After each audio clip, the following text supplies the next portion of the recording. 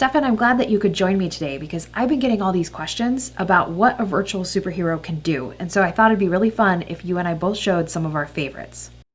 Cool. My pleasure to be here. And I'm also equally excited to show off a little bit what we can do, because there's so many great people with great content out there that sometimes struggle to put it into the virtual world.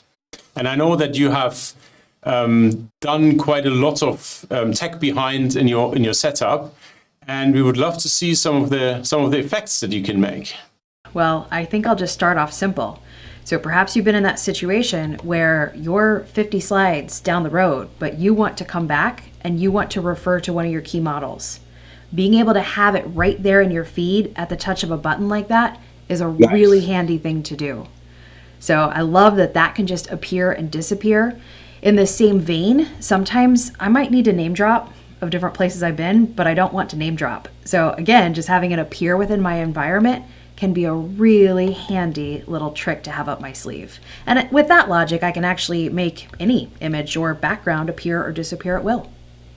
Very nice. Excellent. And one day I would love to know how you replace the physical pictures on the wall that you have on your background. It's magic. So I know that you and I was talking about that credibility and, the introducing myself with logos. You have a really nice ease in as far as how you get over to your slides. So I was hoping you could show me that. Yes, of course I can. So one of the things that I sometimes struggle with is when I introduce a topic, should I put on a visual? Should I screen share? Should I put my visuals on my slides? Or should I just lead into the topic? Because when I put on the slides, sometimes I lose connection to the audience, but then maybe they do want a visual. So one of the things that I like doing is I'm bringing in the next visual right here that I'm going to talk about. They still know what is coming, and I'm putting the visual on air together with me so I can introduce the topic. And then over time, when I start to go more into the topic, I can make it large and I can add myself here. And now I can take my participants through that topic. I can go from one slide to the next. I can explain stuff and they will see me, so I don't lose connection to the audience, but they will also see the visuals. And that makes the whole thing a lot more interactive because the audience wants to see something moving. They want to see things moving. They want to see colors, but they also want to have the personal connection to the facilitator, which they sometimes lose. It's really cool. I love that. I love how you're floating over your slides there. Think about this. A lot of the time when you come into a Zoom or a Teams or a WebEx, you're screen sharing and you may or may not have really physical, tangible access to your slides. I am moving them ahead but with a swipe on my iPad here. And I can go ahead in real time and annotate or make other notes of what I need. So I love that I can do this regardless of what platform I'm on. And to that point, sometimes I don't need to show a slide. I might need to take notes over what is going on. So right here in live time, I can go ahead and scribe whatever it is my participants are saying, which I think you have a really cool way of also taking notes and scribing. Well, I really like the Blackboard. The good old Blackboard is back. And I also felt that sometimes when you have a black whiteboard with really bright colors like you've just used, that is something really engaging, because what people typically do is they're using a flip chart in a training class and in a physical training class. So that is white, obviously. So many times people would use an actual whiteboard for their courses, and we can bring the electronic whiteboard, the digital whiteboard, into our classes as well, of course. That also helps us to go through content and to explain things, because these things happen live here on the screen and I can start to scribble. And then, of course, I can move it around. I can go from A to B. I can add stuff. And I can almost use an infinite flip chart that I can bring back into the training at any time. I can take screenshots. I can put the screenshots into the chat for people in the breaks. It's really, really easy to keep everybody engaged and to keep the information flowing out to the participants. And they may come back later on and have a question about it, and I'll just bring it back here and we can talk about what we have done earlier. Now, there's another way of taking notes. The whiteboard obviously is one of them, but sometimes I don't want to shift over to the whiteboard. Because I just want to maybe take a quick note. So for example, when we do our workshop opening, we usually have participants introduce themselves or introduce each other. And we would typically ask them for their expectations. And these are the things that we used to do on a flip chart in our face-to-face training class. And we put that flip chart on the wall, and it will be visible throughout the entire learning journey that they have in the classroom.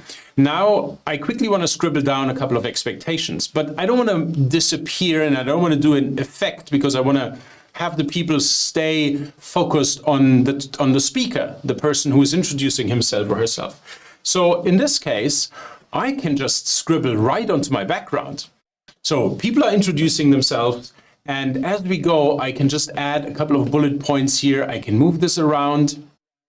I can add more information. I can bring this back at any time that I want when we talk about expectations, and that is just by the press of a button. That is very cool and convenient. Thank you. And I can obviously bring that off air at the same time. So sometimes when we come back from breakouts, I don't know about you, but sometimes I lose track of who said what. We've got lots of people, lots of breakouts, we've mixed breakouts, and I just want to make sure that we are on track. So I bring this up while people are in the breakouts. And when they come back, we've got maybe team presentations, team 1, team 2, team 3. And then as teams present, I can just go ahead and I can tick the boxes after the team has presented, and I can show to everyone where we are. Every team knows when it's their turn, and that just makes it a little bit easier. Plus, it is a lot more interactive. That is very cool. Now, these are some cool tricks that we can do. And I know that you have a couple of other things up your sleeve, and there's specifically one that I'd be interested in to see. And I think you know what I mean. I think you're talking about my wheel. So there are cases where, like you were just talking about, I mean, I might be in this situation where they're coming back from breakout and you have that moment of, okay, who's going to talk? Who's going to go first? And I just feel like it wrecks the momentum. So if I just go ahead and load in my participants to the wheel, this can help me figure out who is going to talk next. And at first I didn't love that idea of calling on people, but I've found that it keeps things really orderly and people get excited about seeing whether or not they're going to come up next. So they've told me it kind of keeps them on their toes and keeps them really mentally engaged in what's going on. I love that. And I bet you have people who purposely keep quiet until you bring up the wheel. I do. Yes, they want to see their name being spun with stars. Of course. That's awesome. Well, and I want to connect to that, because once the person has been selected by the wheel, let's assume it's you, Andrea, in this case, we want to somehow highlight them so they can actually start talking. And there's a way how we can do this. And I would just want to make a quick comment here. This is happening live. There's no post-production, no picture-in-picture things that we do after taking this video. This is happening in our live stream, in our live video now. But let's assume Andrea is the person to talk next. So what I can do now, I can bring Andrea into my own video feed. So I'm spotlighted maybe in Zoom or in Teams, and I can bring Andrea into my own video feed. And this is happening live. And I want to make sure that we all realize this. Andrea, what is your favorite tool that you're using in virtual training? My Stream Deck. Your Stream Deck. Awesome. Cool. So I just want to show that this is live. This is not something that we have staged. So now Andrea is kind of on the spot and she starts talking. And then what I can do, I can bring her in here, but I'm controlling Andrea's video feed for everybody to see since I'm spotlighted. Andrea is done with her bit. We bring her back here. We thank her for everything that she has done, and bam, Andrea disappears, and we can continue with our workshop. And I promise, the first time I did that with a group, they were just blown away. I mean, they spent more time talking about the effect than they actually spent talking about the activity that they did. And that is something that works really well.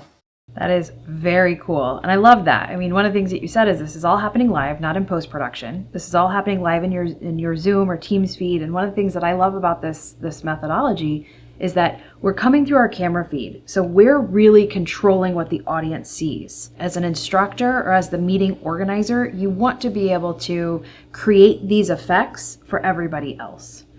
So I love that it's all happening real and I'm in control of it. We used to spend so much time in our classroom training to prepare, to make sure we've got everything under control, to make sure everything is perfect, everything is set up. And in the beginning, I found it quite hard to bring this into a virtual training because, technology can fail, internet speed can break down, audio may suffer, video quality suffers, and all of these things. So the more control I have, the better I feel and the more confident I feel delivering a virtual class. And that is also, of course, impacting the quality of my class. And at the end of the day, it impacts the learning for participants. And ultimately, it impacts my revenue stream because it gets more sustainable.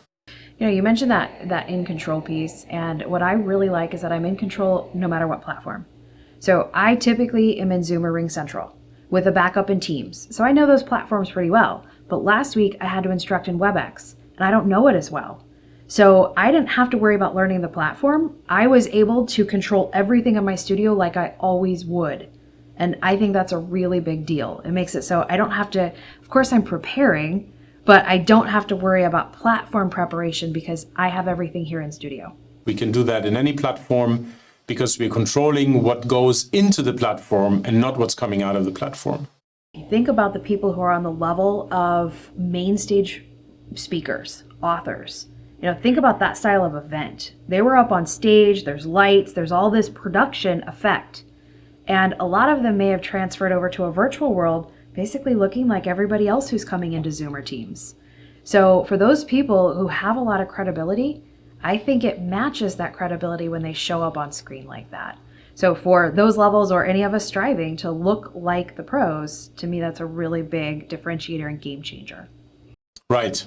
And if you guys want to look like a pro, you let us know. We've got a couple of offers to help you get to that point at different stages, depending on how far you want to get. So let us know if you're interested, thevirtualsuperheroes.com, or click on the link below, and we'll be right there for you.